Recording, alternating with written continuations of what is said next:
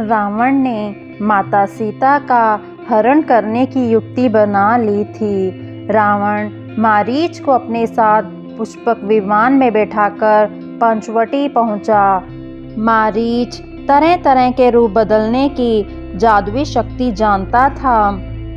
पंचवटी पहुंचकर रावण ने उसे कुछ दूरी से राम की कुटिया दिखाते हुए कहा कि अब वह अपनी योजना को कार्य रूप दे। रावण की इच्छा अनुसार मारीच ने एक सोने के मृग का रूप धारण कर लिया और राम की कुटिया के सामने विचरण करने लगा। जब सीता माता की दृष्टि सोने के मृग पर पड़ी तो वे उस पर मुग्ध हो गई। फिर उन्होंने राम और लक्ष्मण को भी वह अद्भुत हिरण दिखाया। उसे देखकर राम और लक्ष्मण भी हैरान रह गए। सीता राम से बोली, स्वामी, वह सोने का मृग कितना सुंदर है। मैं चाहती हूँ कि आप उसे मेरे लिए पकड़ कर लाएं। ऐसा हिरण मैंने पहले कभी नहीं देखा। मैं उसे अपने हाथों से हरी हरी दूब खिलाऊंगी और उसको खेलते देखूंगी। राम ने कहा, सीते, इस मृग को विचरण करने दो। देखो, यह मृग अन्य मृगों से भिन्न है, इसलिए मुझे डर है कि कहीं इसके रूप में किसी राक्षस ने मायावी रूप न धारण किया हुआ हो। वैसे भी इस जंगल में दुष्ट राक्षसों का साम्राज्य है, इसलिए हमें थोड़ा सावधान रहना होगा। तुम अपनी यह व्यर्थ की मांग छोड़ दो। सीता पर राम की बातों का कोई प्रभाव ना पड़ा। वे अपनी जिद पर अड़ी रही। वे झूठी नाराजगी से बोली, स्वामी, मैं कुछ नहीं जानती। मुझे वह मृग किसी भी कीमत पर चाहिए। अंत में राम को सीता की जिद के आगे झुकना पड़ा। उन्होंने लक्ष्मण से कहा, लक्ष्मण, मैं उस सोने के मृग को पकड़ने जा रहा हूँ। तुम यहीं रहकर सीता का ध्यान रखना। वैसे भी यह जंगल हिंसक पशुओं और राक्षसों से भरा पड़ा है, इसलिए तुम सीता को तनिक भी अकेला मत छोड़ना। मैं अभी थोड़ी देर में उस मृग को पकड़कर लाता हूँ।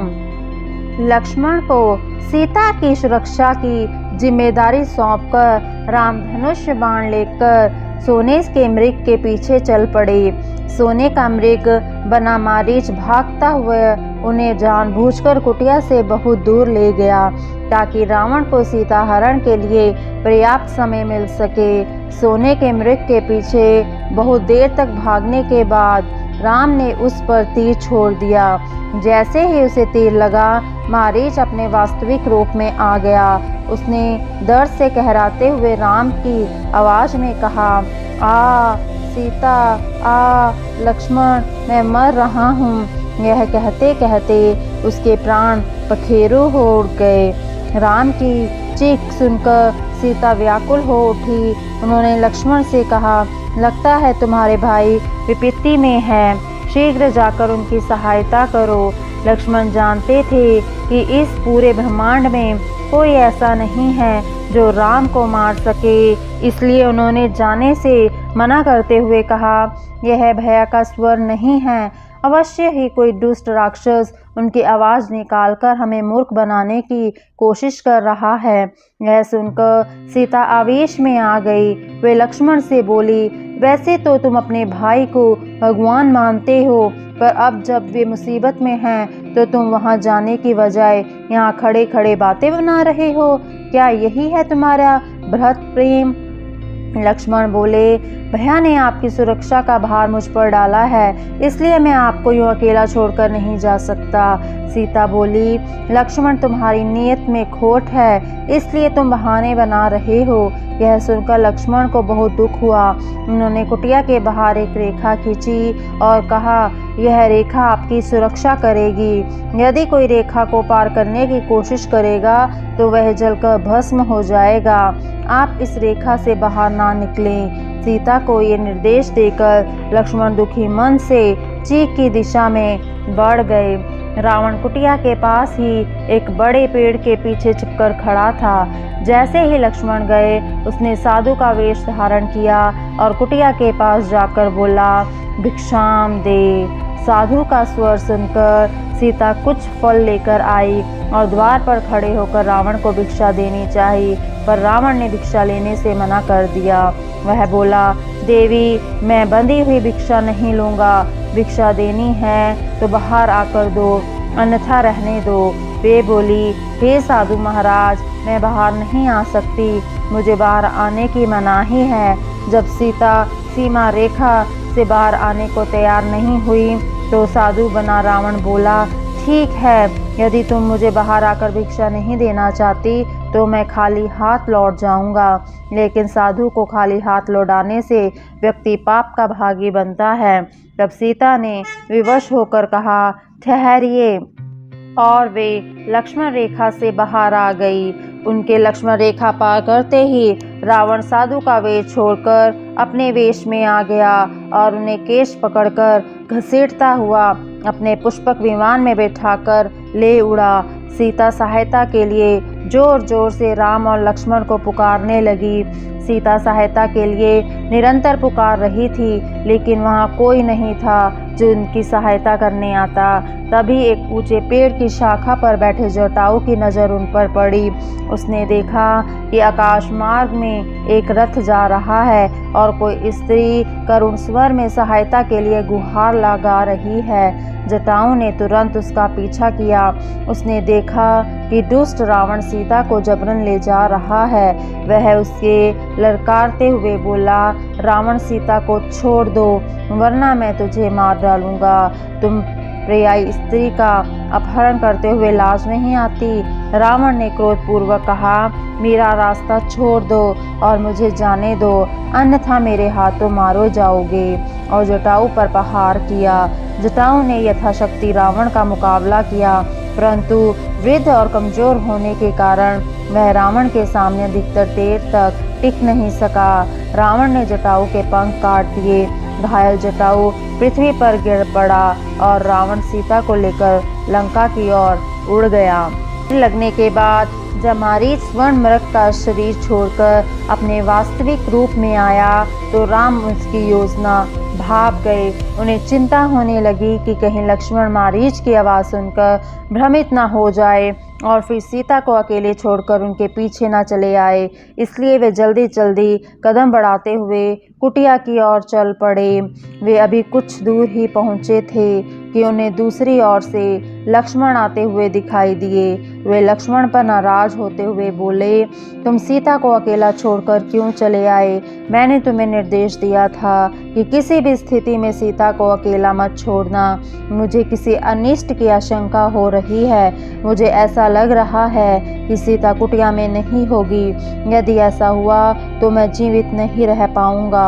मैं सीता के बिना जी नहीं सकता। तुम्हें उसे कुटिया में अकेला नहीं छोड़ना चाहिए था। राम लगातार बोले ही जा रहे थे और तेज तेज कदमों में चल रहे थे। किसी अनिष्ट की आशंका से लक्ष्मण की आंखों में आंसू झलक आए। वे अपने दोनों हाथ जोड़कर बोले, भैया, मैंने सीता मैया से बार बार कहा था कि चीत्कार का स्वर आपका नहीं हो सकता, लेकिन वे नहीं मानी। उन्होंने जिद करके मुझे आपके पीछे भेजा। आप मेरा विश्वास करें, मैंने जानबूझकर आपकी आज्ञा का उल्लंघन नहीं किया। कुछ समय बाद जब वे दोनों कुटिया में पहुँचे तो सीता को वहां ना पाकर मानो उन पर वज्रपात हो गया। कुटिया के द्वार पर बर्तन और कुछ फल बिखरे हुए थे। राम ने सीता को कई बार पुकारा, पर वहां पर कोई आवाज़ नहीं आई। वे दोनों हैरान परेशान होकर सीता को खोजने लगे।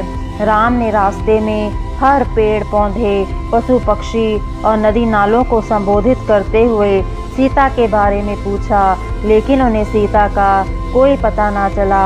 आखिरकार वे भटकते भटकते उस स्थान पर पहुँचे जहाँ पर जटाऊ अपनी अंतिम सांसें गिन रहा था। राम ने जब जटाऊ को घायल अवस्था में देखा तो उन्होंने दौड़कर उसे उठाया और पूछा, बताइए, आपकी यह दशा किसने की है? जटाऊ बोला, मैं अब तक सिर्फ इसलिए जीवित हूँ कि आपको संदेश दे सकूँ कि लंका का राजा रावण सीता को उठाकर लंका ले गया है। मैंने उसे रोकने की बहुत कोशिश की, पर उसने मेरे पंख काट दिए। मैं बहुत शर्मिंदा हूँ कि मैं सीता की रक्षा नहीं कर सका। इतना कहकर जटायु ने प्राण त्याग दिए। जटायु की मृत्यु पर राम लक्ष्मण भाव विह्वल हो उठे। उन्होंने जटायु का विधि पूर्वक अंतिम संस्कार किया और फिर वे सीता की खोज में आगे बढ़ गए। राम ने रास्ते में हर पेड़ पौधे, पशु पक्षी और नदी नालों को संबोधित करते हुए सीता के बारे में पूछा, लेकिन उन्हें सीता का कोई पता ना चला। आखिरकार वे भटकते भटकते उस स्थान पर पहुँचे जहाँ पर जटायु अपनी अंतिम सांसें गिन रहा था। राम ने जब जटायु को घायल अवस्था में देखा तो उन्होंने दौड़कर उसे उठाया और पूछा, बताइए आपकी यह दशा किसने की है? जटायु बोला, मैं अब तक सिर्फ इसलिए जीवित हूँ कि आपको संदेश दे सकूँ कि लंका का राजा रावण सीता को उठाकर लंका ले गया है। मैंने उसे रोकने की बहुत कोशिश की, पर उसने मेरे पंख काट दिए। मैं बहुत शर्मिंदा हूँ कि मैं सीता की रक्षा नहीं कर सका। इतना कहकर जटायु ने प्राण त्याग दिए। जटायु की मृत्यु पर राम लक्ष्मण भाव विह्वल हो उठे। उन्होंने जटायु का विधि पूर्वक अंतिम संस्कार किया और फिर वे सीता की खोज में आगे बढ़ गए। अब इन्हें इतना तो ज्ञात हो ही गया था कि सीता का अपहरण लंका नरेश रावण ने किया है। राम सीता के वियोग में बहुत दुखी थे। वे सीता को ढूंढते हुए जब क्रौंच नामक घने जंगल से गुजर रहे थे तो उन्हें एक अति विकराल और भयानक राक्षस मिला। उस राक्षस की केवल एक आंख थी और बाहर की ओर बड़े बड़े दांत निकले हुए थे। उसने जैसे ही राम और लक्ष्मण को देखा, उन्हें अपने अति विशाल हाथों से पकड़ लिया। उसके दैत्यकार हाथों में दोनों भाई खिलौने की तरह लग रहे थे। राम लक्ष्मण ने अपने को छुड़ाने का बहुत प्रयास किया, पर वे स्वयं को छुड़ा ना सके।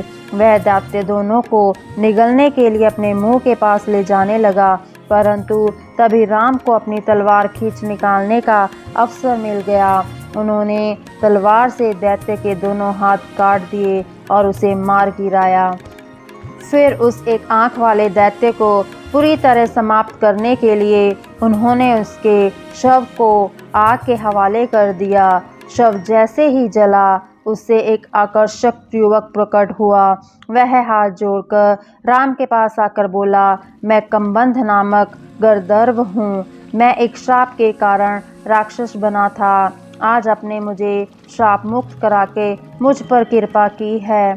आपसे निवेदन है कि आप वानरराज सुग्रीव से मिल लें। वे सीता माता को खोजने में आपकी मदद अवश्य करेंगे।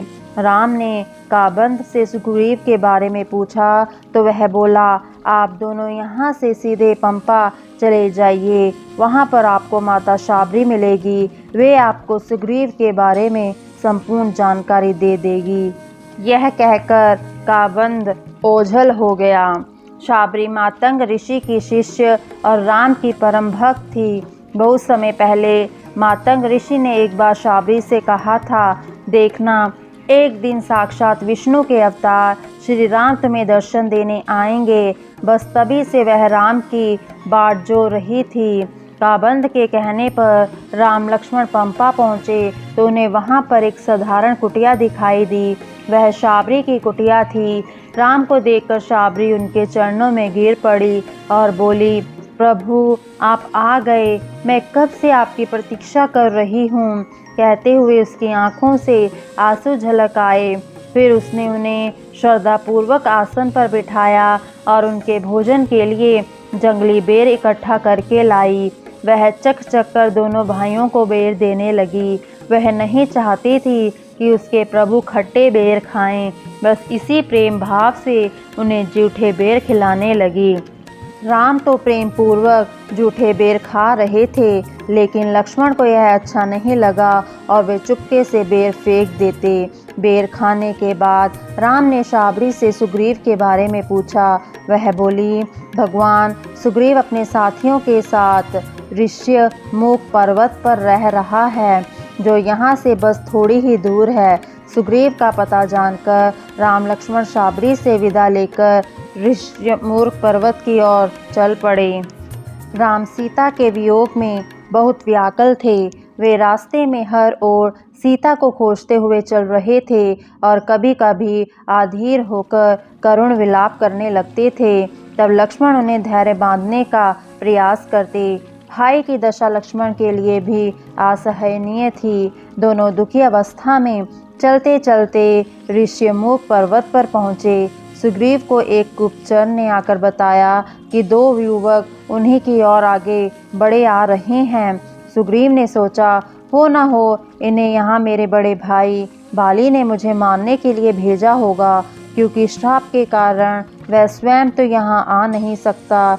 यह सोचकर सुग्रीव ने अपने मंत्री हनुमान से कहा, तुम ब्राह्मण का वेश धारण करके उनके पास जाकर पता करो कि वो दोनों कौन है और यहाँ क्यों आए हैं। ब्राह्मण का वेश धारण करके हनुमान राम और लक्ष्मण के पास जाकर बोले, क्या मैं आप दोनों का परिचय जान सकता हूँ? यूँ तो आपने वनवासियों का वेश धारण किया हुआ है, परंतु शक्ल से तो आप दोनों क्षत्रिय राजकुमार लग रहे हैं। आपके कोमल कोमल पैरों को देखकर लगता है कि इन्हें कठोर जंगलों के रास्तों का अनुभव नहीं है। हनुमान के इस प्रकार अधीर देखकर लक्ष्मण बोले, ये मेरे बड़े भाई श्री राम है और मैं इनका छोटा भाई लक्ष्मण हूँ। आपने ठीक ही पहचाना, हम दोनों अयोध्या के राजकुमार हैं और दंडक वन में अपना वनवास काट रहे हैं। रावण नामक राक्षस सीता मैया को हर कर ले गया है। हम लोग यहाँ वहाँ उन्हीं की खोज कर रहे हैं। कंबंध ने हमने आप कहा था कि आप वानरराज सुग्रीव सीता माता को खोजने में हमारी मदद कर सकते हैं, इसलिए हम सुग्रीव को खोजते हुए यहाँ तक आए हैं। क्या आप उनके विषय में कुछ जानते हैं? हनुमान को जब ज्ञात हुआ कि उनके सामने साक्षात विष्णु के अवतार राम खड़े हैं, तो वे अपने असली रूप में आ गए। वह राम के चरणों में गिरकर बोले, मैं सुग्रीव का महामंत्री हनुमान हूँ। मैं बचपन से आपकी पूजा करता आया हूँ। मेरी भक्ति के कारण ही मुझे वर मिला था कि मुझे आपकी सेवा करने का अवसर मिलेगा। आज अपने आराध्य के दर्शन करके मैं धन्य हो गया हूँ। कुछ क्षण रुककर हनुमान आगे बोले, मैं आपको अभी वानरराज सुग्रीव के पास ले चलता हूँ। वे पास ही में पंपा स्थित एक पर्वत शिखर पर विराजमान हैं। वे आपसे मिलकर निश्चय ही बहुत प्रसन्न होंगे और मुझे विश्वास है कि आप दोनों अच्छे मित्र भी बन जाएंगे। यह कहकर हनुमान जी ने राम लक्ष्मण को अपने दोनों कंधों पर बैठाया और उड़ चले। पंपा पहुंचकर हनुमान ने राम और लक्ष्मण को एक पर्वत शिखर पर बैठाया और फिर वानरराज सुग्रीव को बुलाने चले गए। हनुमान तुरंत सुग्रीव के पास गए और उन्हें बताया, वानरराज, वे दोनों युवक अयोध्या के राजकुमार राम और लक्ष्मण हैं। वे दोनों अपनी विमाता की इच्छा पूर्ति के लिए 14 वर्ष का वनवास काटने वन में आए हैं। दंडक वन में रहते हुए राम की पत्नी सीता को राक्षस राज रावण हरण करके ले गया है। उन्हीं को खोजने के लिए वे आपकी सहायता चाहते हैं। दोनों राजकुमार बहुत वीर और धैर्यवान हैं। मुझे विश्वास है कि वे बाली से आपका राज्य और आपकी पत्नी वापस दिलाने में अवश्य ही आपकी सहायता करेंगे। यह सुनकर सुग्रीव तुरंत हनुमान के साथ वहां पहुंचा जहां श्री राम और लक्ष्मण बैठे थे। हनुमान ने राम लक्ष्मण से सुग्रीव का परिचय कराया। प्रसंगवश सुग्रीव बोला, भगवान, मैं भी अपने बड़े भाई बाली के प्रति आपके अनुज लक्ष्मण की तरह ही निष्ठावान था। एक दिन दुर्भाग्यवश नगर में एक मायावी नामक दैत्य आया। बाली का उससे भयंकर युद्ध हुआ। युद्ध करते करते वह दैत्य नगर के बाहर स्थित एक अंधेरी गुफा में घुस गया। बाली ने मुझे गुफा के द्वार पर पहरा देने के लिए खड़ा कर दिया और स्वयं उसके पीछे गुफा में चला गया। कुछ देर बाद मुझे बाली की दर्दनाक चीख सुनाई दी। साथ ही गुफा से रक्त की एक धारा बह निकली। मुझे लगा कि मायावी दैत्य ने मेरे भाई को मार डाला है। अब वह बाहर निकलकर दूसरे लोगों को भी मार डालेगा। इसलिए मैंने गुफा के मुंह पर एक भारी पत्थर रख दिया और अपने नगर लौट आया। फिर सबकी सहमति से मैं किष्किंधा का राजा बन गया। किंतु बाली वास्तव में मरा नहीं था। एक दिन वह किसी तरह गुफा से निकलकर सीधे राज दरबार में पहुंचा। उसने मुझे घृणा और क्रोध में अपशब्द कहे और मेरी पत्नी को जबरदस्ती अपने पास रख लिया। मैं उसका मुकाबला नहीं कर सकता था, क्योंकि उसे वरदान है कि उससे लड़ने वालों की शक्ति आधी रह जाएगी और शेष आधी बाली में आ जाएगा। अब वह मुझे जान से मारना चाहता है, अतः बचने के लिए ही मैं अपने कुछ साथियों के साथ यहाँ ठहरा हुआ हूँ। एक शराब के कारण बाली इस पर्वत पर नहीं आ सकता। राम बोले, सुग्रीव, आज से तुम मेरे मित्र हो, इसलिए मैं तुम्हारा दुख दूर करने का प्रयत्न करूँगा। सुग्रीव बोला, भगवान, मैं भी सीता माता को ढूंढने में कोई कसर नहीं छोड़ूंगा। मेरे पास वानर और भालुओं की विशाल सेना है। वे चारों दिशाओं में फैलकर सीता माता का पता ढूंढ निकालेंगे। फिर सुग्रीव ने उन्हें कुछ आभूषण दिखाए, जिन्हें एक स्त्री ने रोते हुए आकाश से फेंका था। आभूषण देखकर लक्ष्मण बोले, मैं हार, कर्णफूल आदि आभूषणों को नहीं पहचान पाऊंगा, क्योंकि मैंने कभी सीता माता का चेहरा नहीं देखा। पर हाँ, यदि पाँव का कोई आभूषण हो तो पहचान सकता हूँ। मैं प्रतिदिन आशीर्वाद लेने के लिए उनके चरण स्पर्श करता था। राम सीता के गहनों को देखकर धैर्य नहीं रख पाए और जोर जोर से विलाप करने लगे। लक्ष्मण और सुग्रीव ने बड़ी मुश्किल से उन्हें दंडासा दी। फिर अग्नि को साक्षी मानकर राम और सुग्रीव ने शपथ ली कि वे आजीवन मित्रता निभाएंगे और सुख दुख में एक दूसरे का साथ देंगे। राम ने सुग्रीव से कहा, जाओ सुग्रीव, बाली को मल्लयुद्ध के लिए ललकारो। मैं छुपकर बाली पर वार कर उसका अंत कर दूंगा। फिर राम, लक्ष्मण और सुग्रीव किष्किंधा गए। सुग्रीव ने बाली को युद्ध के लिए ललकारा। दोनों भाइयों का युद्ध प्रारंभ हो गया और राम एक पेड़ के पीछे खड़े हो गए ताकि बाली को मार सकें। जब राम ने धनुष पर प्रत्यंचा चढ़ाई तो वे असमंजस में पड़ गए। बाली और सुग्रीव न केवल रूप, रंग, कद काठी में एक जैसे थे, वरना दोनों का युद्ध करने का तरीका भी एक सा था। बहुत देर तक युद्ध होता रहा। सुग्रीव को हैरानी थी कि राम उसकी मदद के लिए तीर क्यों नहीं चला रहे हैं। सूर्यास्त होने पर युद्ध समाप्त हो गया।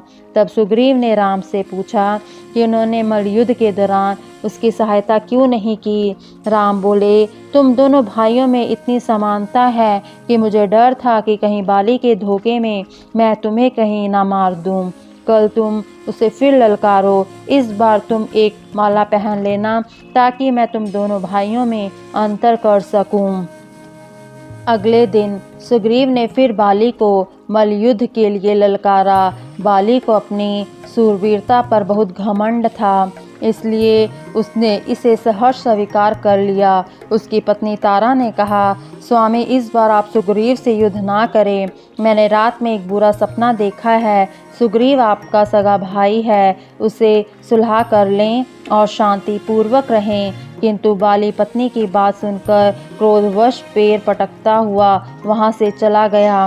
बाली ने सुग्रीव से दंभ भरे स्वर में कहा, कल तुम जीवित बच गए थे, पर आज लगता है तुम्हारी मौत तुम्हें दोबारा यहाँ खींच लाई है। सुग्रीव ने उत्तर दिया, यह तो आज मल्लयुद्ध के बाद ही निश्चित होगा कि कौन जीवित बचता है और कौन यमलोक जाता है। दोनों के बीच युद्ध शुरू हुआ। बाली ने सुग्रीव को 2-3 बार पटकनी दी। आज भी बाली ही सुग्रीव पर भारी पड़ रहा था कि तभी एक तीर बाली की छाती में आकर लगा। यह तीर पेड़ के पीछे छिपे श्री राम ने मारा था। तीर लगते ही बाली कटे हुए वृक्ष की तरह धरती पर गिर पड़ा। राजमहल में भी यह दुख समाचार पहुंच गया। बाली की पत्नी तारा तो पहले से ही आशंकित थी। वह विलाप करते हुए बोली, स्वामी, यदि आप मेरी बात मान लेते तो आज हम पर यह दुखों का पहाड़ नहीं टूटता। आपका बेटा अंगद यूँ अनाथ ना होता। बाली अपनी अंतिम सांसें गिन रहा था। उसने सुग्रीव से कहा, अब मैं नहीं बचूंगा। मेरे बाद तुम मेरे पुत्र अंगद और पत्नी तारा का ध्यान रखना। यह कहते ही उसके प्राण पखेरु उड़ गए। बाली की मौत के बाद सुग्रीव का राज्याभिषेक कर दिया गया। वह अपना राजकाज संभालने में व्यस्त हो गया। उधर राम कई दिनों से उसके आने का इंतजार कर रहे थे। सुग्रीव उसके पास लौटकर नहीं आया। इस बात से हनुमान को बहुत गालिन हो रही थी। इसलिए वे एक दिन किष्किंधा जाकर सुग्रीव से बोले, वानरराज, आप राजा बनते ही अपने मित्र राम से किया गया वादा भूल गए हैं। जिस मित्र ने अपने सारे कष्टों का निवारण कर आपके यह सुख चैन का जीवन प्रदान किया है, क्या उनके प्रति आपका यही कर्तव्य बनता है? हनुमान की बात सुनकर सुग्रीव को बहुत शर्मिंदगी हुई। उसने कहा, हनुमान, वाकई मुझसे भूल हो गई, जो मैं राम के कार्य को भूल गया। फिर वह एक बार बड़ी वानर सेना तैयार कर राम के पास पहुंच गया। वह उनके सामने नतमस्तक होकर बोला, भगवान, मैं शर्मिंदा हूँ कि आपकी आज्ञा का पालन करने में मुझसे विलंब हो गया, पर अब आप निश्चिंत रहें, मेरी विशाल सेना सीता माता का जल्दी ही पता लगा लेगी। सुग्रीव के सैनिकों ने चप्पा चप्पा छान मारा, पर सीता माता का कहीं कोई सुराग नहीं मिला। राम की व्याकुलता दिनों दिन बढ़ती जा रही थी। एक दिन उन्होंने हनुमान से कहा, हनुमान, मुझे लगता है कि तुम अवश्य सीता को खोज लाओगे, इसलिए पहचान के लिए एक अंगूठी रख लो और दक्षिण दिशा में जाओ। सीता के पास पहुंचकर जब तुम उसे यह अंगूठी दोगे तो वह समझ जाएगी कि तुम मेरे दूत हो। हनुमान ने अंगूठी लेकर राम को प्रणाम किया और दक्षिण दिशा की ओर चले गए। कई महीने गुजर गए। सुग्रीव के बाकी दूतों के खाली हाथ लौटने के कारण राम को दक्षिण दिशा में गए हनुमान से ही आशा थी। बड़े बड़े वीर योद्धा जामवंत, नल, नील और अंगद भी हनुमान के साथ गए थे। कई सप्ताह की खोज के बाद उन्हें एक गुफा दिखाई दी। उसके अंदर जाने पर उन्हें फलों फूलों से लदी एक खूबसूरत वाटिका दिखाई दी। उसके आसपास बड़े बड़े स्वर्णिम महल थे। उन्होंने ऐसा नगर पहले कभी नहीं देखा था। जंगल जंगल भटककर वानर काफ़ी थक गए थे। उनको भूख और प्यास भी लगी थी। अंत रसीले और सुंदर फलों को देखकर वे स्वयं को नहीं रोक सके और उन्हें तोड़कर खाने के लिए वाटिका में प्रवेश कर गए। वहाँ पर उन्होंने सोने के सिंहासन पर बैठी एक साध्वी को देखा। उसके चेहरे पर एक अलौकिक तेज नजर आ रहा था।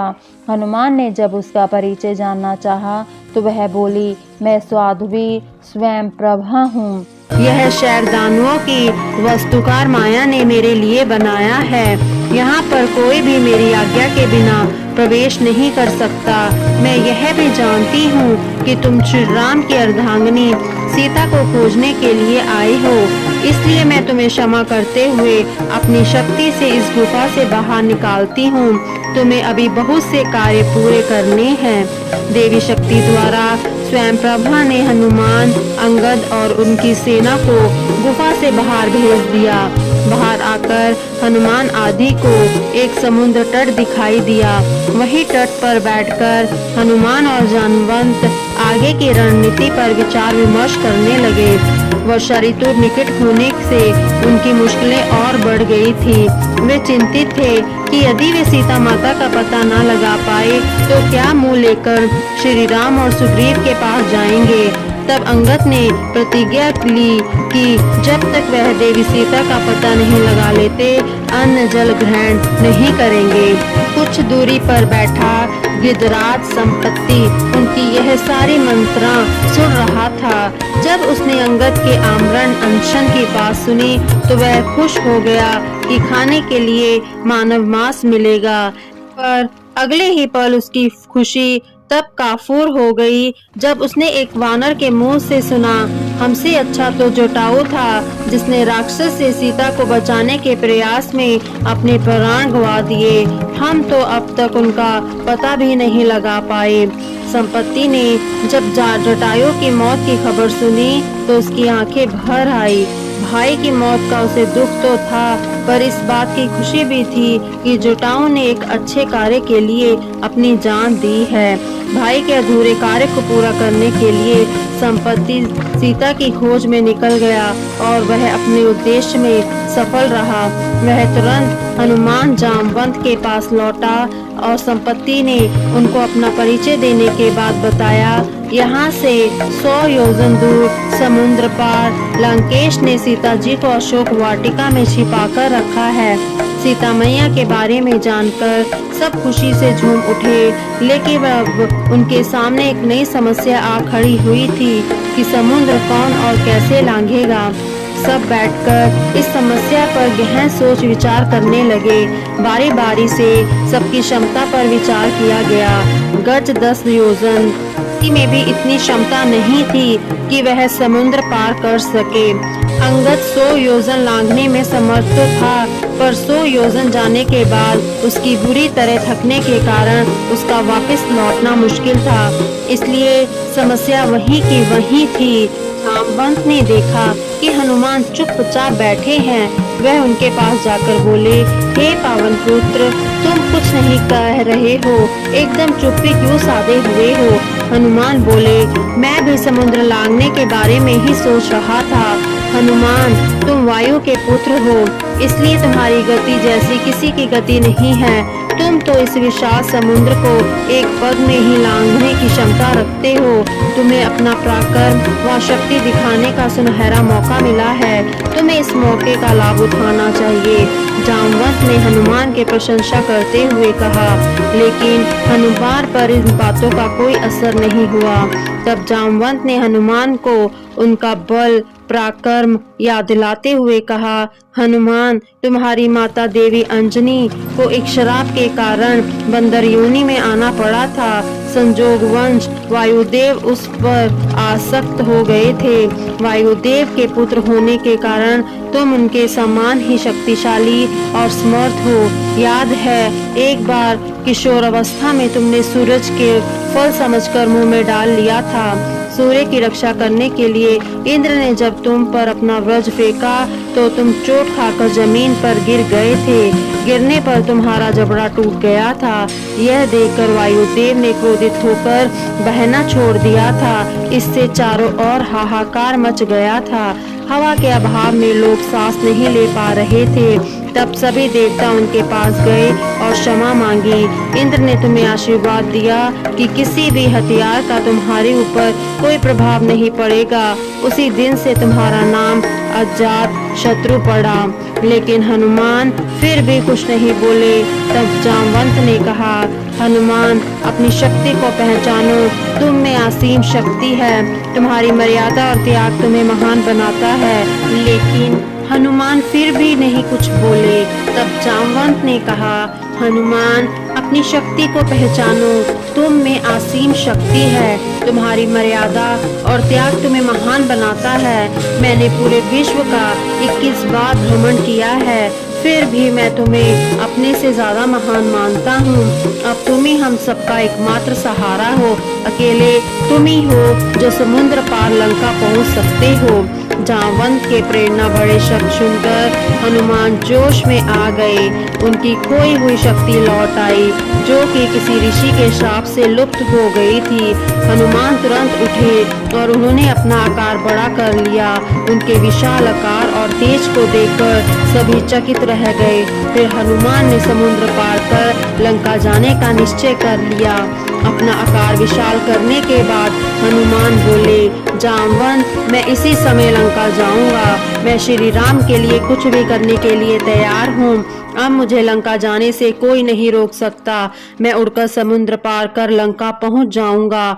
आप लोग यहीं मेरे लौटने की प्रतीक्षा करना। यह कहकर हनुमान ने महेंद्र पर्वत के ऊपर से लंका की ओर उड़ान भरी। मार्ग में मयंत नाम का पर्वत समुद्र से निकलकर आया और उनके सामने आकर बोला, बेटा, तुम्हारा रास्ता लंबा है, इसलिए कुछ देर यहाँ बैठकर विश्राम कर लो। इससे तुम फिर ऊर्जा से भर जाओगे और तुम्हारी यात्रा सुगम होगी। हनुमान ने विनम्रता से उत्तर दिया, पर्वतराज, आपकी सहायता के लिए मैं आपका आभारी हूँ, पर इस समय मैं क्षमा चाहता हूँ। मैं पल भर के लिए भी यहाँ रुक नहीं सकता। मैं जब अपना कार्य संपन्न करके लौटूंगा तब अवश्य आपके पास बैठूंगा। मायंक से विदा ले लेकर जैसे ही हनुमान आगे बढ़े, समुद्र से निकलकर एक भयानक और विशालकाय दानवी प्रकट हुई। उसका नाम सुरसा था। उसे देवताओं ने भेजा था ताकि वह हनुमान की शक्ति का परीक्षण कर सके। सुरसा ने हनुमान के सामने आकर उनका रास्ता रोक दिया। उसने एक योजन चौड़ा मुंह खोलकर हनुमान को निगलना चाहा। हनुमान ने अपने शरीर का आकार दोगुना कर लिया। यह देखकर सुरसा ने भी अपना मुंह और चौड़ा कर लिया। जब हनुमान ने देखा कि सुरसा अपना मुंह 100 योजन तक चौड़ा कर सकती है, तो उन्होंने तुरंत अपना शरीर अंगूठे के आकार जितना छोटा कर लिया। वे सुरसा के मुंह में प्रविष्ट हो गए और फिर झटके से बाहर निकल आए। हनुमान की चतुराई देखकर उसने उन्हें आशीर्वाद दिया और वहां से चली गई। सुरसा के टल जाने के बाद हनुमान आगे बढ़े। जब वे समुद्र के ऊपर से उड़ते हुए जा रहे थे, तब इस समुद्र में उनकी परछाई देखकर एक राक्षसनी उस पर झपट पड़ी। उसने उन्हें नीचे पटक दिया। वायुपुत्र हनुमान तेजी से उसके मुंह में घुसकर उसका पेट फाड़ डाला। इस प्रकार समुद्र को एक और दुष्ट से मुक्ति मिली। मार्ग में आने वाले अनेक अवरोधों का सामना करते हुए हनुमान लंका की सीमा में प्रवेश कर गए। वहां की हरियाली देखकर वे बहुत प्रसन्न हुए। त्रिकूट पर्वत शिखर पर उतरकर वे लंका तो देखने लगे। एक तरफ समुद्र तट से घिरी लंका नगरी के चारों ओर ऊंची ऊंची दीवारें थी। वहां पर भवन विशालकाय और स्वर्ण मंडित थे। हनुमान ने इससे पहले इतनी सुंदर नगरी कभी नहीं देखी थी। चारों ओर सैन्य सुरक्षा चौक चौबंद थी। अतः हनुमान ने निश्चय किया कि रात के अंधेरे में ही लंका में प्रवेश करना उचित होगा। लंका के द्वार पर उन्होंने देवी लंकनी का आशीर्वाद लिया और फिर साधारण वानर का आकार ग्रहण कर लगभग सभी घरों में झांक कर देखा, पर उन्हें एक भी ऐसी सुंदर स्त्री दिखाई नहीं दी जिसे वो सीता समझते। फिर वे लंकापति रावण के आलीशान महल पर चढ़ गए। महल के अन्य कक्षों से होते हुए वे रावण के निजी कक्ष में प्रविष्ट हुए। वहां उन्होंने कई स्त्रियां, गर्दभ बालाएं और राक्षसनियां देखी। वहां से निकल के वे रावण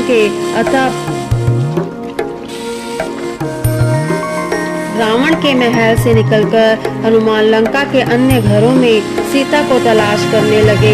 उन्हें तलाशते तलाशते वे एक ऐसे घर में प्रविष्ट हुए। उस घर से राम नाम का स्वर सुनकर वे चकित रह गए। लंका में भी कोई राम भक्त हो सकता है क्या? ऐसी तो उन्होंने कल्पना तक नहीं की थी। उत्सुकतावश जब उन्होंने अंदर झांका तो देखा कि एक अति साधारण व्यक्ति बैठकर पूजा कर रहा है। हनुमान पुण्य अपने वास्तविक रूप में आ गए और व्यक्ति के सामने गए। उन्हें देखकर विभीषण घबरा गया। तब हनुमान बोले, भाई घबराओ नहीं, मैं जानना चाहता हूँ कि रावण के राज्य में तुम कौन हो जो निडर भाव से राम का नाम जप रहे हो। वह बोला, मैं रावण का भाई विभीषण हूँ, मैं राम का परम भक्त हूँ। रावण को यह पसंद नहीं, इसलिए मैं उसके महल से दूर इस साधारण से घर में रहता हूँ। मेरा अधिकांश समय अपने इष्ट देव श्री राम की आराधना में ही व्यतीत होता है। तब तो मेरा परिणाम स्वीकार करें। हनुमान हाथ जोड़कर बोले, क्या आप मुझे बता सकते हैं कि सीता माता कहाँ है? रावण के महल में वे मुझे कहीं दिखाई नहीं दी। विभीषण बोले, रावण ने सीता माता को अपने महल से लगे उद्यान अशोक वाटिका में कैद करके रखा है। हनुमान विभीषण से विदा लेकर अशोक वाटिका की ओर उठ चले। वह उद्यान किले की तरह ऊंची ऊंची दीवारों से घिरा हुआ था। उसमें प्रवेश करने का कोई रास्ता न देखकर वे एक छोटे बंदर का रूप धारण कर बगीचे की दीवार पर बैठ गए। वे बगीचे में फलों फूलों से लदे वृक्षों, खूबसूरत झरनों और फव्वारों को देखकर प्रसन्न हो रहे थे। फिर वे एक पेड़ की ऊंची शाखा पर बैठकर पूरे उद्यान का निरीक्षण करने लगे। बगीचे का निरीक्षण करते हुए हनुमान को एक सुंदर कोमल युवती एक पेड़ के नीचे बैठी दिखाई दी। उसके चेहरे पर वीरा वेदन साफ झलक रही थी। हनुमान समझ गए कि हो ना हो यही सीता माता है। के पहरेदारी में काली भद्दी राक्षसनियां तैनात थी। उनके बीच सीता माता अपने दिव्य तेज से ऐसी प्रतीत हो रही थी जैसे कोयलों के बीच हीरा रखा हो। वे चुपचाप उदास वहाँ दुखी बैठी थी।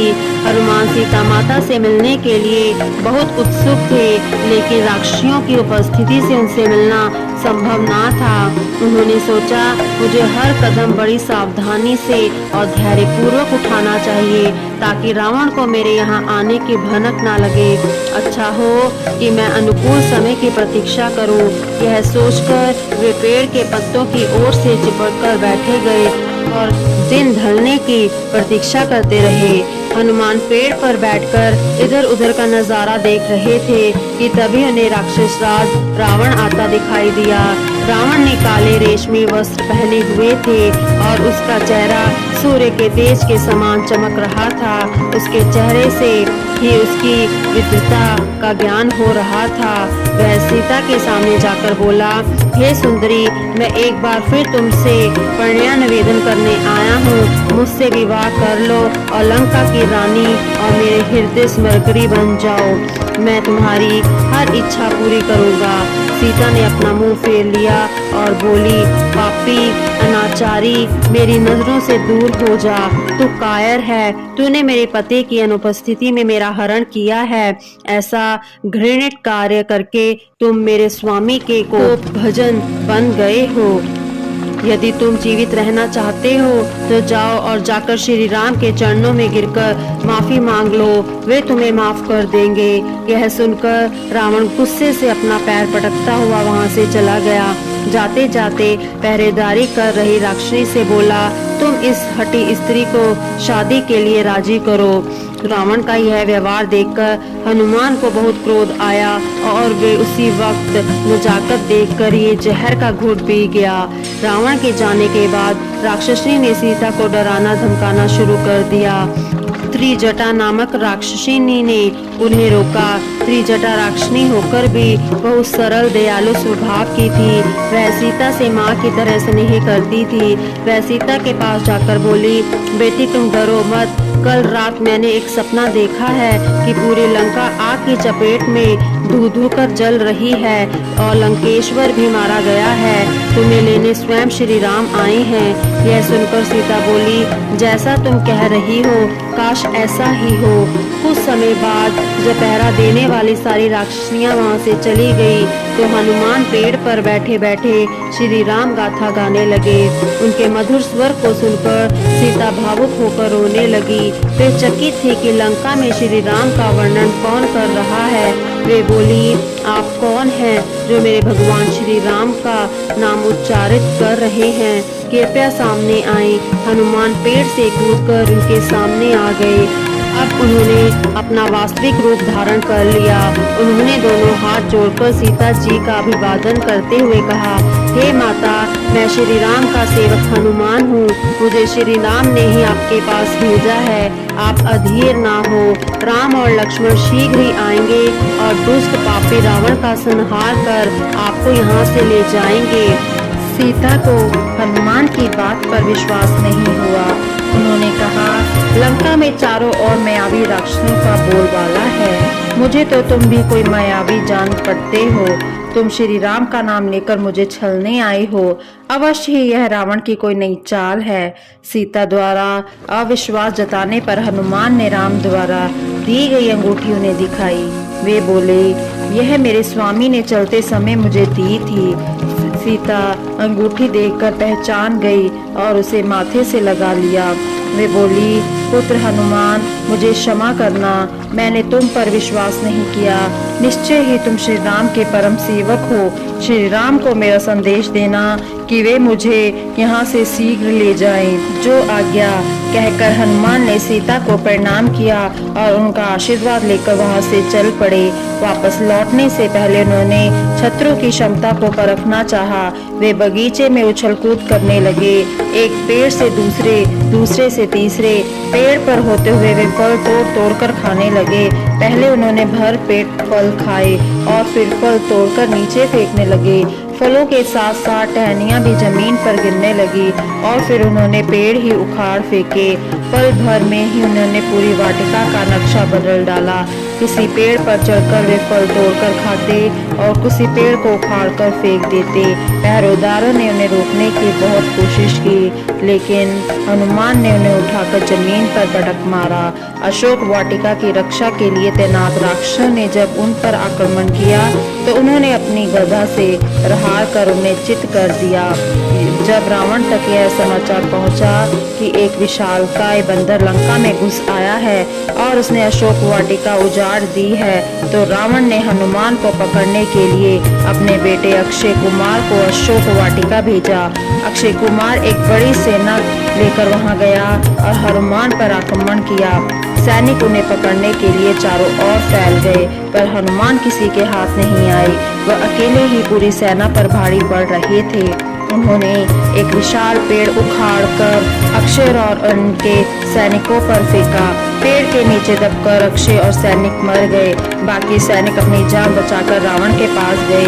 उन्होंने रावण को अक्षय और उनके सैनिकों के मारे जाने का समाचार दिया। रावण यह सुनकर बुरी तरह बौखला गया। रावण ने तुरंत मेघनाद को बुलाया और उसे हनुमान को पकड़ने का आदेश दिया। मेघनाद बहुत ही पराक्रमी योद्धा था। उसके पास कई दिव्यास्त्र और देवी शक्तियां भी थी। देवता भी उससे डरते थे। एक बार देवराज इंद्र को पराजित करने के कारण उसे इंद्रजीत भी कहा जाता था। अशोक वाटिका पहुंचकर उसने हनुमान को ललकारा, अरे दुष्ट वानर, सामने आ। छोटे छोटे बच्चों को मारकर तो शायद अपने आप को बड़ा योद्धा समझने लगा है। हिम्मत है तो मुझसे युद्ध कर। देखते ही देखते दोनों में भयंकर युद्ध छिड़ गया। मेघनाद ने अपने सभी दिव्यास्त्र हनुमान पर प्रयोग कर लिए, पर हनुमान पर उनका कोई असर नहीं हुआ। मेघनाद ने हनुमान पर ब्रह्मास्त्र का उपयोग किया। हनुमान ने सोचा, अगर मैं इसको निष्फल करूंगा तो यह उचित नहीं होगा, इसलिए वे शांति से लेट गए। ब्रह्मास्त्र लगने पर मेघनाद उन्हें मूर्छित समझकर बंधकर महल ले गए। रास्ते में जिस भी गली से वे गुजरते, स्त्रियां और बच्चे हनुमान को हैरानी से देखते। मेघनाद ने हनुमान को बंदी बनाकर रावण के दरबार में पेश किया। रावण के ऐश्वर्य को देखकर हनुमान हतप्रभ रह गए। रावण सोने के सिंहासन पर बैठा था। सोने के महल की दीवारों पर बहुमूल्य हीरे जेवरात जड़े हुए थे। हनुमान को संबोधित करके रावण बोला, वानर, तुम बहुत ही विचित्र जीव प्रतीत होते हो। तुम्हें देवराज इंद्र ने भेजा है। यहाँ तुम कबीर के दूत हो। कौन हो तुम? तुम्हें यहाँ किसने भेजा है? तुमने अशोक वाटिका क्यों उजाड़ी? हनुमान ने कहा, मैं श्री राम का सेवक, किष्किंधा नरेश सुग्रीव का महामंत्री और वायुदेव अंजनी पुत्र हनुमान हूँ। मैं श्री राम का दूत बनकर आया हूँ। मेरी मानिए तो अब भी समय है। सीता माता को मान सम्मान के साथ लौटा दें और श्री राम के चरणों में गिरकर माफी मांग लें। कहीं ऐसा ना हो कि फिर बहुत देर हो जाए और आपके साथ आपकी निर्दोष प्रजा भी आकरण मरी जाए। हनुमान की बात सुनकर रावण आपे से बाहर हो गया। वह गुस्से से चिल्लाकर बोला, इस वानर को अभी इसी समय मृत्यु दंड दिया जाए। रावण के सुरक्षाकर्मी ने जैसे ही हनुमान को मारने के लिए तलवार निकाली, विभीषण ने उन्हें यह कहते हुए रोक लिया, इसे मत मारिए, यह दूत है और दूत को मारना वर्जित है। रावण ने विभीषण की बात मान ली, लेकिन वह हनुमान को सबक सिखाना चाहता था। तब एक राजदरबारी ने सुझाव दिया, वानर को अपनी पूंछ से बहुत प्रेम होता है, इसलिए इसकी पूंछ में आग लगाकर छोड़ दो। सुझाव मानकर रावण ने हनुमान की पूंछ में आग लगाकर उसे बंधन मुक्त कर दिया। हनुमान ने लंका के भवनों पर चढ़कर अपनी पूंछ से उनमें आग लगा दी। आग एक के बाद एक भवन से फैलती हुई लंका में फैल गई। रावण की पूरी सोने की लंका धू धू कर जलने लगी। लंका में आग लगाने के बाद हनुमान ने तुरंत समुद्र में डुबकी लगाकर अपनी पूंछ की आग बुझाई। वे सीता माता से विदा लेने अशोक वाटिका गए। सीता अशोक वृक्ष के नीचे चिंतित बैठी थी। उन्हें एक राक्षसी द्वारा पता चला था हनुमान की पूंछ में आग लगा दी गई है। वे ईश्वर से निरंतर प्रार्थना कर रही थी कि हनुमान की पूंछ की आग बुझ जाए और उनका बाल भी बांका ना हो। हनुमान जब सीता मैया के पास पहुँचे तो उन्हें सही सलामत देखकर वे अति प्रसन्न हुई। वे बोली, पुत्र हनुमान, तुम कुशल तो हो ना? मैं तुम्हारी सुरक्षा के लिए बहुत चिंतित थी। अब तुम्हें अपने सामने बिल्कुल कुशल देखकर बहुत प्रसन्न हूँ। हनुमान ने उत्तर दिया, माते, मैं आपके आशीर्वाद से बिल्कुल ठीक हूँ। मैंने अपनी पूंछ से लंका में आग लगा दी है, जिससे दुष्ट रावण को सबक मिल सके। अब मैं आपसे यहाँ से जाने की आज्ञा चाहता हूँ ताकि श्री राम को आपकी कुशलता की सूचना दे सकूं और वे यहाँ शीघ्र ही आ सके।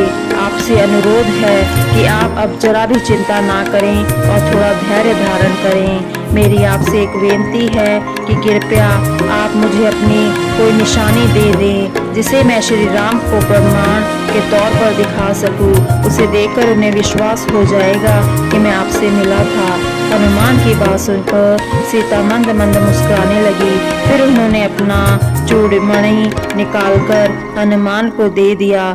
हनुमान चूड़मणि लेकर सीता मैया को प्रणाम कर वापस चल पड़े। हनुमान समुद्र पार कर उस स्थान पर पहुँचे जहाँ अंगद, जावंत और उनके अन्य साथी उनकी प्रतीक्षा कर रहे थे। उन्हें दूर से आता देखकर बंदर और भालू खुशी से उठ खड़े हुए। वे चिल्लाते हुए बोले, देखो, हनुमान लौट आए हैं, हमारे राक्षस लौट आए हैं। वे अवश्य ही हमारे लिए कोई अच्छा समाचार लेकर आएंगे। हनुमान ने अपने साथियों को लंका के सारे घटनाक्रम और सीता से मिलने का समाचार दिया। सीता माता के मिलने का समाचार पाकर सभी खुश थे। हनुमान ने कहा, अब हमें यह शुभ समाचार शीघ्र ही श्री राम तक पहुंचाना चाहिए। वे माता सीता के बारे में जानने के लिए व्यग्र हो रहे होंगे। अब सभी उनकी बात से सहमत थे। वे तुरंत लौट पड़े। कुछ ही घंटों बाद वे सब सुग्रीव के शाही उद्यान में पहुंच गए। सभी भूख और प्यास से व्याकुल थे, इसलिए सबने वहां जी भरकर फल खाए और शीतल जल पिया। फिर वे राम, लक्ष्मण और सुग्रीव के पास गए। हनुमान ने सबको प्रणाम किया और प्रसन्न होकर बोले, भगवान, मैंने माता सीता का पता लगा लिया है। लंका के राजा रावण ने उन्हें अशोक वाटिका में कैद करके रखा है। मेरी जब उनसे भेंट हुई उस समय वे अशोक वृक्ष के नीचे बैठकर आपका स्मरण कर रही थी। वे एक पवित्रता और सदाचारणी स्त्री हैं, इसलिए यदि रावण ने उनका स्पर्श भी किया तो वह उनके तेज से जल जाएगा। मैंने जब उन्हें आपकी अंगूठी दिखाई तो उन्होंने उसे श्रद्धापूर्वक माथे से लगाया। उन्होंने मुझे लौटते हुए अपना चूड़ीमणि दिया। यह आपके लिए उनकी निशानी है। यह कहकर हनुमान ने चूड़ीमणि श्री राम की ओर बढ़ाई। उसे देखकर राम अपने ऊपर नियंत्रण नहीं रख सके और रोने लगे। कुछ देर बाद जब राम थोड़ा शांत हुए तो हनुमान ने से बोले, हे वायुपुत्र हनुमान, तुमने आज सीता की कुशलता का समाचार देकर मुझे नई ऊर्जा से भर दिया है। मैं तुम्हारे इस उपकार का बदला कैसे चुकाऊंगा? हनुमान ने विनम्रता से कहा, भगवान, आप ऐसा ना कहें। मैंने तो बस अपने कर्तव्य का पालन किया है। अब हमें शीघ्र रावण पर आक्रमण कर सीता माता को उसकी कैद से मुक्त कराना होगा। फिर सब बैठकर आगे की योजना पर विचार करने लगे, लेकिन उनके सामने सबसे बड़ी समस्या समुद्र को पार करने की थी। सभी सोच विचार में मगन थे कि तभी सुग्रीव बोला, मैंने सोचा है कि हनुमान अपने कंधे पर राम लक्ष्मण को बैठाकर समुद्र पार करा देंगे। मेरी सेना और मैं उनके पीछे आएंगे। आप चिंता ना करें, हम अवश्य ही समुद्र लांघने का कोई ना कोई उपाय खोज निकालेंगे। अभी हमें शीघ्र प्रस्थान करना चाहिए। हनुमान राम लक्ष्मण को अपने कंधों पर बैठाकर समुद्र तट पहुँचे। सुग्रीव की सेना ने समुद्र तट के पास स्थित जंगल में अपना शिविर लगा लिया। राम सुग्रीव से बोले, मित्र, सबसे विकट समस्या तो अभी भी ज्यों की त्यों है कि समुद्र को पार कैसे किया जाए। यह इतना गहरा है कि इसे तैरकर पार नहीं किया जा सकता और इसकी चौड़ाई इतनी अधिक है कि कूदकर इसे लांघना एकदम असंभव है। हम लोग लंका कैसे पहुँचेंगे? सुग्रीव ने कहा, भगवान, आप चिंता ना करें, समुद्र पार करने का कोई ना कोई उपाय तो निकल ही आएगा। उधर लंका में रावण इस बात को लेकर बहुत लज्जित और क्रोधित था कि एक बंदर आकर उसकी पूरी अशोक वाटिका को तहस नहस कर गया। वह उसके बेटे अक्षय और असंख्य राक्षसों को मार गया। इतना ही नहीं, वे जाते जाते लंका को भी आग लगा गया। अवश्य ही वह कोई चमत्कारी बंदर था, क्योंकि कोई भी साधारण वानर ऐसा नहीं कर सकता। भविष्य में आने वाले संकट को भांपते हुए रावण ने एक सभा बुलाई, जिसमें सभी मंत्री और सेना प्रमुख सम्मिलित हुए। रावण के सभी सभासद चापलूस थे, इसलिए वे बोले, हे लंकापति, पृथ्वी पर आपके समान पराक्रमी दूसरा कोई नहीं है, इसलिए आप उस बंदर की गतिविधियों को लेकर परेशान ना हो। वह तो कोई करामाती बंदर था जो चोरी छिपे लंका में घुस आया था और अपनी कलाबाजियां दिखाकर चला गया। अन्यथा आपके राज्य की सुरक्षा इतनी चौकस है कि यहाँ परिंदा भी पार नहीं कर सकता। उस सभा में विभीषण भी उपस्थित था। वह बोला, लंकेश, इन चापलूस सभासदों की बातों में मत आइए। ये तो महज आपको खुश करने के लिए ऐसा कह रहे हैं। भैया, अभी भी समय है। आप सीता को मुक्त कर उसे सामान सहित राम के पास भेज दीजिए। सीता का हरण करके आपने बहुत बड़ा पाप किया है। समय रहते इस पाप का प्रायश्चित कर लीजिए, वरना अनर्थ हो जाएगा। राम दयालु हैं, वो आपकी इस भूल को माफ कर देंगे। यह सुनकर रावण के क्रोध की सीमा ना रही। वह बोला, विभीषण, तेरा यह साहस कि तुम मेरे राज्य में रहकर मेरे ही सामने राम का गुणगान कर रहा है, तू भाई कहलाने योग्य नहीं है। मेरा पक्ष लेने की बजाय उस राम का पक्ष ले रहा है, तू लंका में रहने योग्य नहीं है। मेरी लंका से इसी समय निकल जा। विभीषण ने कहा, लगता है तुम्हारा काल निकट आ गया है, तभी तुम ऐसा व्यवहार कर रहे हो। कहकर वह वहां से चला गया। विभीषण ने राम की शरण में जाने का निर्णय लिया। वह अपने विमान में बैठकर समुद्र के दूसरे तट पर पहुंच गया। वह सीधे राम के पास गया और उन्हें प्रणाम करने के बाद बोला, भगवान, मैं रावण का भाई विभीषण हूँ। लंकेश्वर रावण ने मुझे लंका से निवर्सित कर दिया है। मैं अब आपकी शरण में हूँ। क्या आप मुझे अपने चरणों में स्थान देंगे? राम ने कहा, विभीषण, दुखी मत हो। तुम यहाँ रह सकते हो। सुग्रीव ने इसका विरोध करते हुए राम को समझाया, भगवान, हमें यह नहीं भूलना चाहिए कि विभीषण हमारे शत्रु रावण का भाई है। वह हमारा शुभचिंतक कैसे हो सकता है?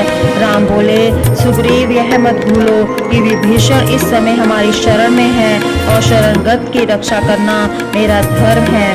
राम का उत्तर सुनकर सुग्रीव शांत हो गया। राम ने समुद्र पार करने को लेकर सुग्रीव, हनुमान और विभीषण से विचार विमर्श किया। यह निश्चय किया गया कि समुद्र देव को प्रसन्न करने के लिए राम उपवास कर समुद्र देव की पूजा अर्चना करें। उनका मानना था कि यदि समुद्र देव प्रसन्न हो गए तो स्वयं रास्ता दे देंगे, जिससे वो लोग आसानी से लंका पहुंच सकेंगे।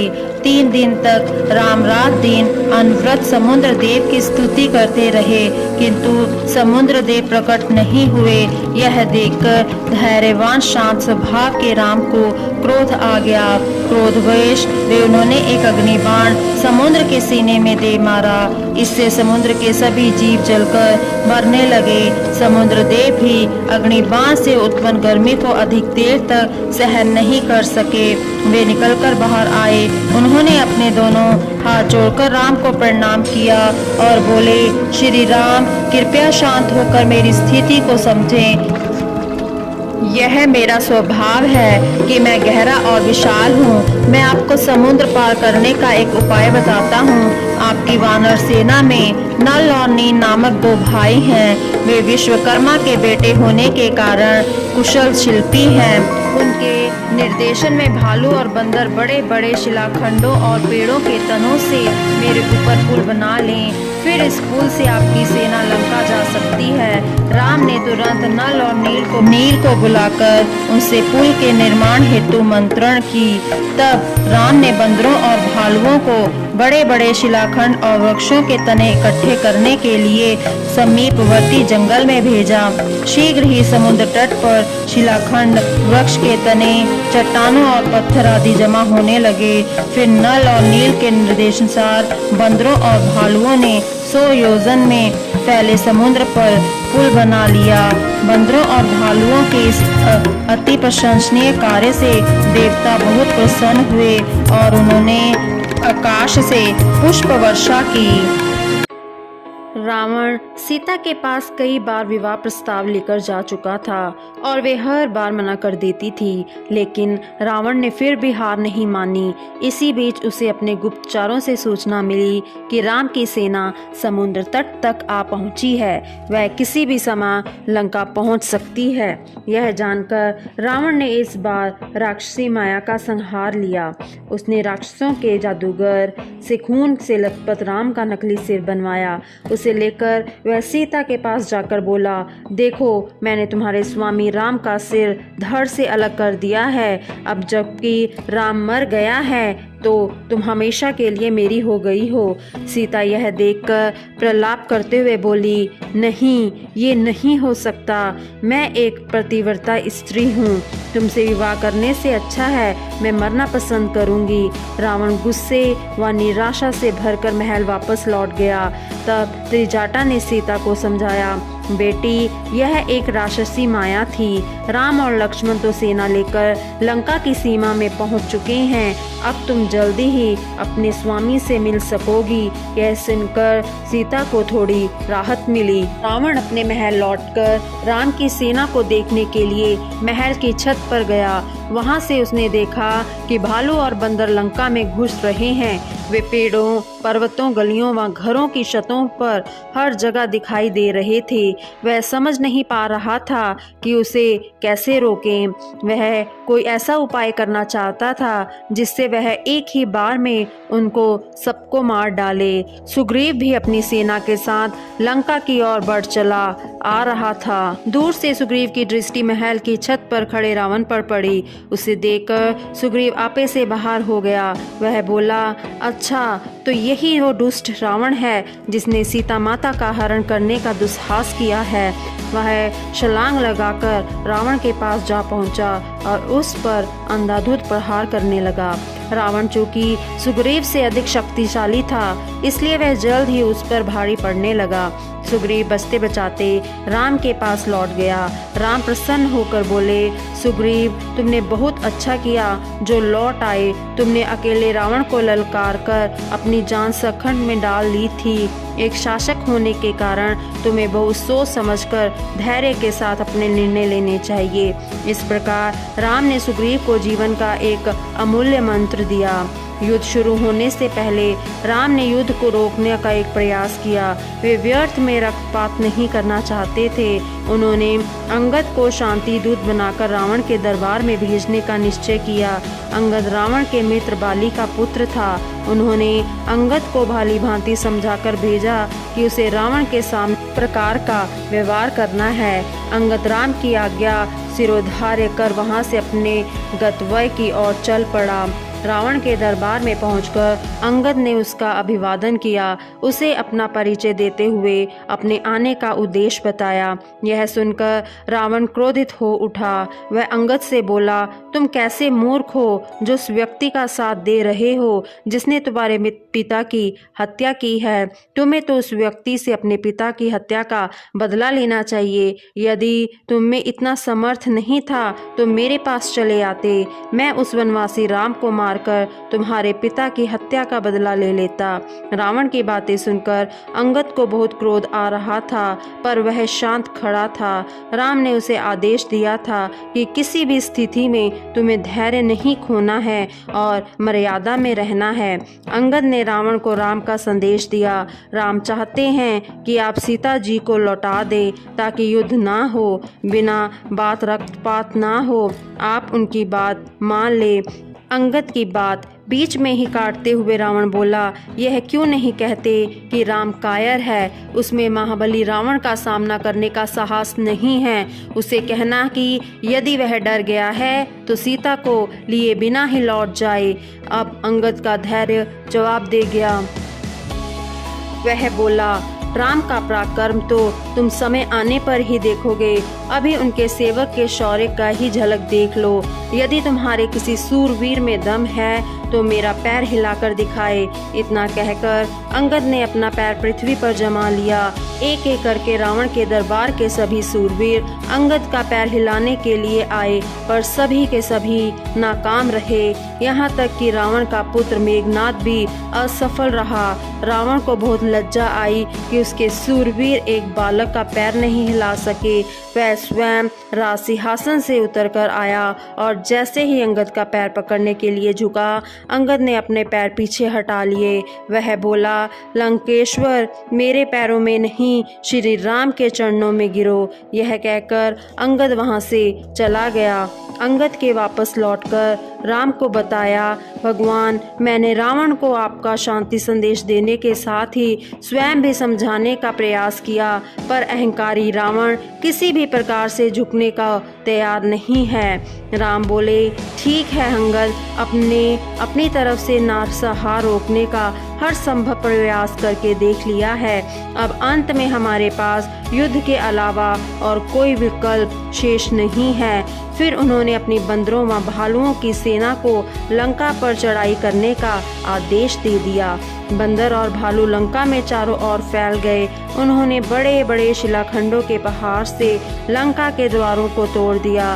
वे बड़े बड़े वृक्षों को उठाड़कर राक्षसों की सेना पर मारने लगे। चारों ओर भगदड़ मच गई।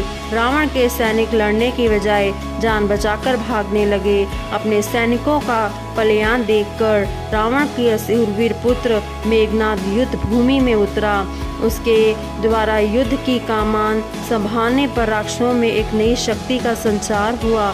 युद्ध भूमि तीर, भालों और तलवार आदि अस्त्र शस्त्रों की ध्वनि से गूंज उठी। युद्ध में दोनों तरफ असंख्य सैनिक धराशायी हुए।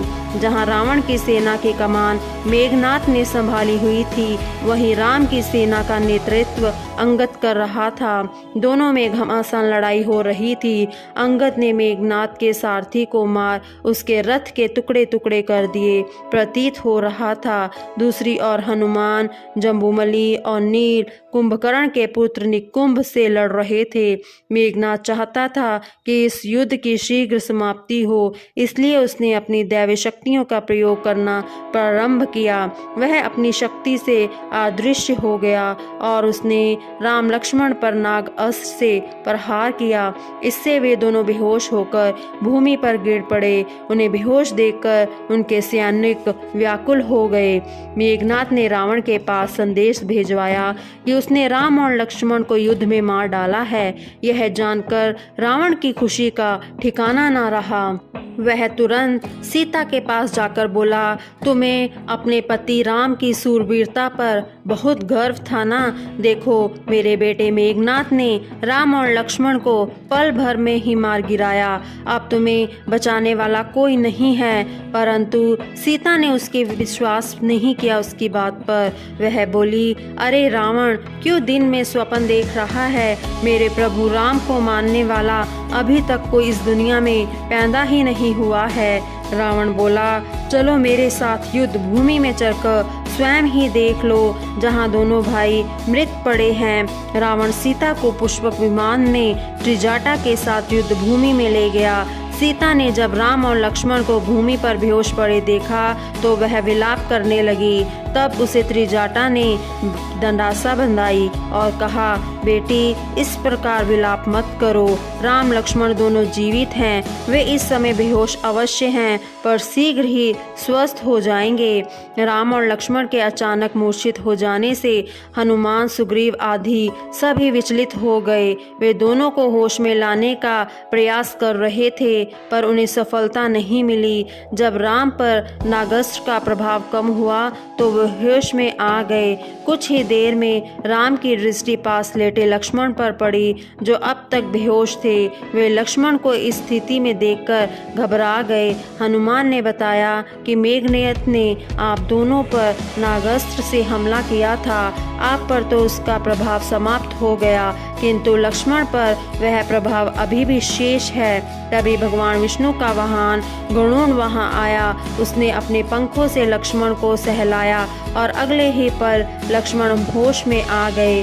राम ने लक्ष्मण को स्नेहवश गले से लगा लिया। उनकी सेना ने यह शुभ समाचार सुना तो उनमें हर्ष की लहर दौड़ गई। रावण यह खबर सुनकर दंग रह गया। वह चिंतित स्वर में बोला, मेघनाद के दिव्यास्त्र से वे दोनों भाई बच गए। इसका मतलब यह हुआ कि वे साधारण मानव नहीं हैं। हमें उन दोनों से अधिक सतर्क रहना होगा। राम लक्ष्मण के जीवित होने के समाचार से रावण की चिंता बढ़ गई। उसने उन्हें मारने के लिए धूम्रक्ष नामक दैत्य को युद्धभूमि में भेजा। जैसे ही युद्धभूमि में वह राक्षस उतरा, वह वैसे ही हनुमान के हाथों मारा गया।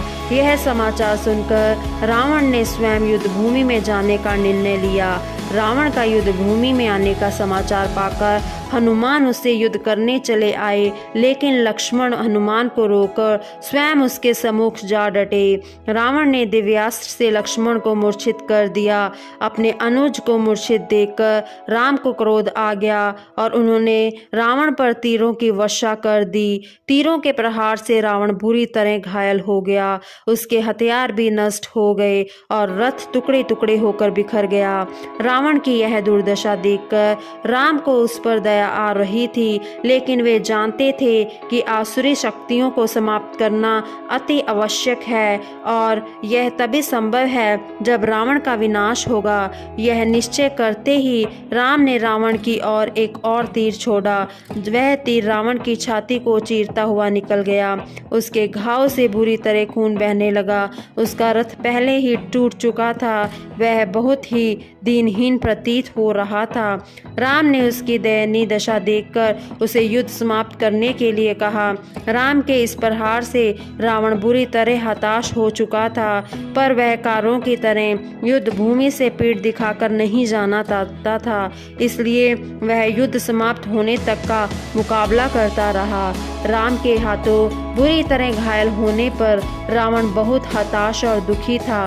वह राम से अपने इस अपमान का बदला लेना चाहता था। उसे विपत्ति की इस घड़ी में अपने भाई कुंभकर्ण की याद आई। कुंभकर्ण एक विशालकाय दैत्य था। ब्रह्मा के श्राप से वह 6 महीने तक सोता था और साल में कुछ दिनों के लिए ही जागता था। रावण ने अपने सैनिकों को आदेश दिया कि वे कुंभकर्ण को जगाएं। सोए हुए कुंभकर्ण के कानों के पास जाकर ढोल और नगाड़े बजाए गए। हाथी उसके शरीर पर चढ़कर उछल कूद करने लगे। बहुत कोशिशों के बाद कुंभकर्ण नींद से जागा। लगातार 9 महीनों तक सोए रहने के बाद जब कुंभकर्ण जागा तो वह भूख और प्यास से व्याकुल था।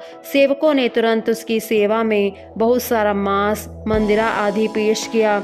भर पेट खाने पीने के बाद कुंभकर्ण रावण से मिलने गया। उसने रावण से पूछा, भ्राताश्री, ऐसी कौन सी विपत्ति आन पड़ी जो आपने असमय जगाना पड़ गया मुझको? रावण ने बताया, कुंभकर्ण, अयोध्या नरेश दशरथ के पुत्र राम ने लंका पर आक्रमण कर दिया है। इस युद्ध में उसका साथ भालुओं और वानरों की एक विशाल सेना दे रही है। मैं चाहता हूँ कि तुम राम और उसकी सेना का सर्वनाश कर दो। कुंभकर्ण प्रकांड विद्वान था। वह अपनी दिव्य दृष्टि से अब तक घटित सारा घटनाक्रम समझ गया। उसने रावण से कहा, भ्राताश्री, मैं आपका अनुज हूँ, इसलिए आपकी आज्ञा का पालन करना मेरा धर्म है। मैं राम को मारने अवश्य जाऊंगा, परंतु आपने दिव्यात्मा राम से वैर मोल लेकर अच्छा नहीं किया। आपको इसका दुष्परिणाम अवश्य भुगतना पड़ेगा। और वहां से युद्ध भूमि की ओर चल पड़ा। यह जानते हुए भी कि मेरा भाई अधर्म के मार्ग पर चल रहा है, कुंभकर्ण उसका साथ देने के लिए विवश था। जब वह युद्ध भूमि में पहुंचा तो उसके विकराल रूप को देखकर बंदर और भालू डरकर भागने लगे। सेनापतियों ने बड़ी कठिनाई से उन्हें समझा बुझाकर युद्ध भूमि में वापस भेजा। वे डर डरते डराते युद्ध भूमि में लौटे। वे कुंभकर्ण के खौफ से अभी भी काँप रहे थे। कुंभकर्ण ने सबसे पहले अंगद पर आक्रमण किया। कुंभकर्ण का एक हाथ पड़ते ही अंगद बेहोश हो गया। इसके बाद कुंभकर्ण का सामना करने के लिए सुग्रीव आगे आए, पर वहां भी उसके एक ही प्रहार से गिरकर बेहोश हो गया। कुंभकर्ण सुग्रीव को उठाकर रावण के महल ले जाने लगा, लेकिन रास्ते में ही सुग्रीव को होश आ गया। सुग्रीव ने कुंभकर्ण के कान और नाक काट डाले और उसके बाल पकड़कर जोर से खींचे। कुंभकर्ण डर से करहा उठा और उसने सुग्रीव को उठाकर दूर फेंक दिया। तभी कुंभकर्ण का ध्यान अपनी सैन्य टुकड़ी पर गया। उसने देखा कि उसके सैनिक बंदरों से घिरे हुए हैं। कुंभकर्ण ने बंदरों को पकड़ पकड़ कर मारना शुरू कर दिया। जब राम ने यह देखा तो तीर मारकर कुंभकर्ण का पैर काट दिया, लेकिन पैर कटने के बाद भी वह बंदरों और भालुओं पर कहर बरसाता रहा। तो राम ने दिव्य बाण छोड़कर उसका सिर काट दिया। जमीन पर गिरा कुंभकर्ण का सिर भयानक लाल पहाड़ की तरह लग रहा था। रावण को जब अपने भाई कुंभकर्ण के मारे जाने का समाचार मिला तो वह दुख से बेहोश हो गया। मेघनाद अपने पिता रावण को दुखी देखकर व्याकुल हो उठा और वह राम से बदला लेने की योजना बनाने लगा। मेघनाद बहुत बड़ा मायावी दानव था। एक बार वह युद्ध में राम और लक्ष्मण के पराक्रम का स्वाद चख चुका था, इसलिए इस बार उसने माया का सहारा लिया और राम और उसकी सेना को छलना चाहा। वह अपने रथ पर बैठाकर जब युद्ध भूमि में पहुंचा तो उसके साथ रथ में सीता भी थी और वह सीता के बाल खींचकर उसे प्रतंडित कर रहा था, जबकि वास्तव में मेघनाद ने अपनी माया से सीता की प्रतिकृति रची थी। सीता को कष्ट में देखकर वानर सेना दुखी थे। वानर सेना को अपने माया जाल में फंसाते देख मेघनाद ने तलवार से सीता का सिर धड़ से अलग कर दिया। यह देखकर वानर सेना सिहर उठी। मेघनाद का दुष्कर्म देखकर वानर बहुत डर गए। वे भागे भागे राम के पास पहुँचे और उन्हें यह अशुभ समाचार दिया। वे बोले, भगवान दुराचारी मेघनाद इस बार युद्ध भूमि में अपने साथ सीता माता को भी लेकर आया था। उससे पहले सीता माता के बाल पकड़कर उन्हें घसीटा और फिर उनका सिर काट दिया। यह कहते कहते वानर रो पड़े। यह दुख समाचार पाकर राम के शिविर में सभी शोककुल हो गए। राम के दुख का तो कोई और शोर ना था। लक्ष्मण क्रोध में अपना आपा खो बैठे। उन्होंने उसी समय मेघनाद का वध करने की शपथ ली। विभीषण ने हस्तक्षेप करते हुए कहा, आप सब लोग दुखी ना हो, आप लोग धैर्य से काम लें। माता सीता बिल्कुल सकुशल और सुरक्षित हैं। आप लोगों ने जो देखा और सुना है वह मेघनाद की माया थी। मेघनाद वायामी कला में निपुण है। यह सुनकर राम लक्ष्मण सहित सभी ने चैन की सांस ली। अगले दिन मेघनाद रावण के पास गया और उसे दोबारा आश्वासन दिया, पिताजी मैं शपथ लेकर कहता हूँ कि आज सूर्यास्त से पहले मैं राम और लक्ष्मण को मार गिराऊंगा।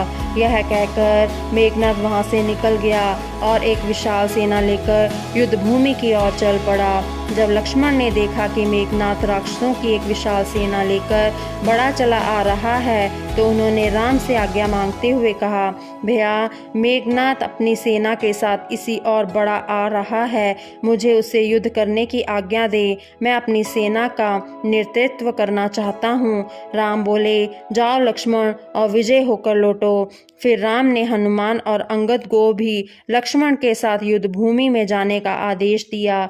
राम से आज्ञा लेकर लक्ष्मण युद्ध भूमि में मेघनाद के सामने जा खड़े हुए और दोनों के बीच भीषण युद्ध शुरू हो गया। लक्ष्मण और मेघनाद दोनों ही महान योद्धा थे। युद्ध में जब लक्ष्मण मेघनाद पर भारी पड़ने लगे तो मेघनाद ने छल कपट करना शुरू कर दिया। यह देखकर लक्ष्मण आवेश में आकर अपना आपा खो बैठे। वह मेघनाद पर साक्षात यमराज बनकर टूट पड़े। उन्होंने मेघनाद का रथ तोड़ दिया और उसके सारथी को मार डाला। मेघनाद को जब लगने लगा कि वह आज लक्ष्मण के हाथों नहीं बचेगा तो उसने उन पर ब्रह्मास्त्र चला दिया। ब्रह्मास्त्र लगते ही लक्ष्मण बेहोश होकर भूमि पर गिर पड़े। उसके समीप खड़े वानरों ने जब यह लग देखा तो वह लक्ष्मण को उठाकर युद्ध भूमि से बाहर ले गए। एक वानर ने राम को लक्ष्मण के बेहोश होने की सूचना दी। अपने प्रिय अनुज के बेहोश निर्दोष होने का समाचार सुनकर राम अधीर हो उठे। वह दौड़ते हुए लक्ष्मण के पास पहुँचे। लक्ष्मण का सिर उन्होंने अपनी गोद में ले लिया।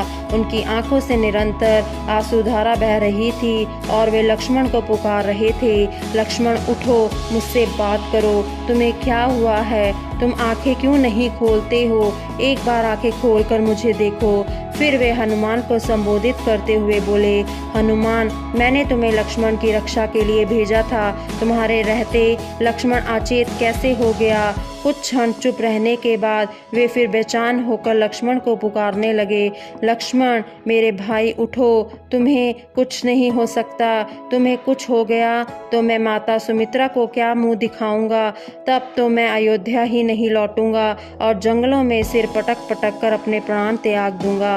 विभीषण उन्हें डंडासा बंधाते हुए बोले, आप इस तरह अधीर ना हो, लक्ष्मण को कुछ नहीं हुआ है, बस वे जरा बेहोश हो गए हैं। लंका से राजवैद्य को बुलवा लीजिए, उसके उपचार से लक्ष्मण शीघ्र ही स्वस्थ हो जाएंगे। यह सुनते ही हनुमान तुरंत लंका जाकर राजवैद्य सुषेण को ले आए। सुषेण ने लक्ष्मण की नाड़ी आदि देखी और फिर बोला, मैंने लक्ष्मण की अच्छी तरह जांच कर ली है, अभी अधिक देर नहीं हुई है, लक्ष्मण के प्राण बच सकते हैं, लेकिन इसके लिए सूर्योदय से पूर्व हमें इन पर लगे ब्रह्मास्त्र के प्रभाव को समाप्त करना होगा।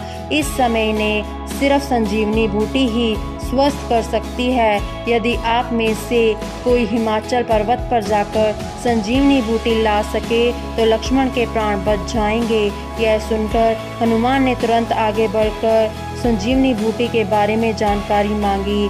सुषेण ने बताया, हनुमान, तुम अभी हिमालय पर्वत की ओर जाओ, वहाँ तुम्हें एक पेड़ पर 4 चमकती हुई बूटियाँ दिखाई देंगी, उनमें से एक संजीवनी बूटी है, उसी से लक्ष्मण के प्राण बच सकते हैं। रावण का युद्ध के लिए प्रस्थान। रावण अपने बेटे मेघनाद की मृत्यु का समाचार सुनकर दुख से भर गया। इसके साथ ही वह डर भी गया था। वह मन ही मन बड़बड़ाते हुए बोला, यह सब विनाश लीला एक स्त्री के कारण हो रही है। मैं अभी जाकर विनाश की जड़ को ही काट डालता हूँ। सीता के मरने पर ही मेरे बेटे को आत्मा को शांति मिलेगी। वह अपनी चमचमाती तलवार लेकर सीता के पास अशोक वाटिका में जा पहुँचा। वह क्रोध में आकर कोई अनिष्ट कर बैठता कि उससे पहले ही उसके महामंत्री ने उसे रोकते हुए कहा, महाराज, आप जैसे विद्वान को एक स्त्री का वध करना शोभा नहीं देता। इस कृत्य से आपके नाम पर एक कलंक लग जाएगा। आप सीता को मत मारिए। यदि मेघनाद की मौत का बदला लेना ही है तो राम से युद्ध कर उसे परास्त कीजिए। महामंत्री की सलाह पर रावण ने उसी समय युद्ध भूमि में जाने का निर्णय लिया। वह अपने पूरे दल बल के साथ अपने रथ पर बैठकर युद्ध भूमि में पहुंचा। वहां उसने बहुत ही आक्रामक रूप धारण कर लिया। उसने युद्ध भूमि में कदम रखते ही राम की सेना के असंख्य बंदरों और भालुओं को मार गिराया। उधर हनुमान, सुग्रीव और अंगद अपनी सेना के आगे ढाल बनकर खड़े थे। उन्होंने कुंभकर्ण के सभी बेटों को मार गिराया। अपने सैनिकों को रावण के हाथों मरता देख उन्हें बचाने के लिए राम ने सामने आकर उसे ललकारते हुए कहा, रावण, इन निर्दोष प्राणियों पर अपना क्रोध क्यों प्रकट कर रहे हो? साहस है तो मेरे साथ मुकाबला करो, क्योंकि लड़ाई और दोस्ती हमेशा बराबर वालों में शोभा देती है, लेकिन तुम्हें तो निर्बलों पर बल प्रयोग करने की आदत है।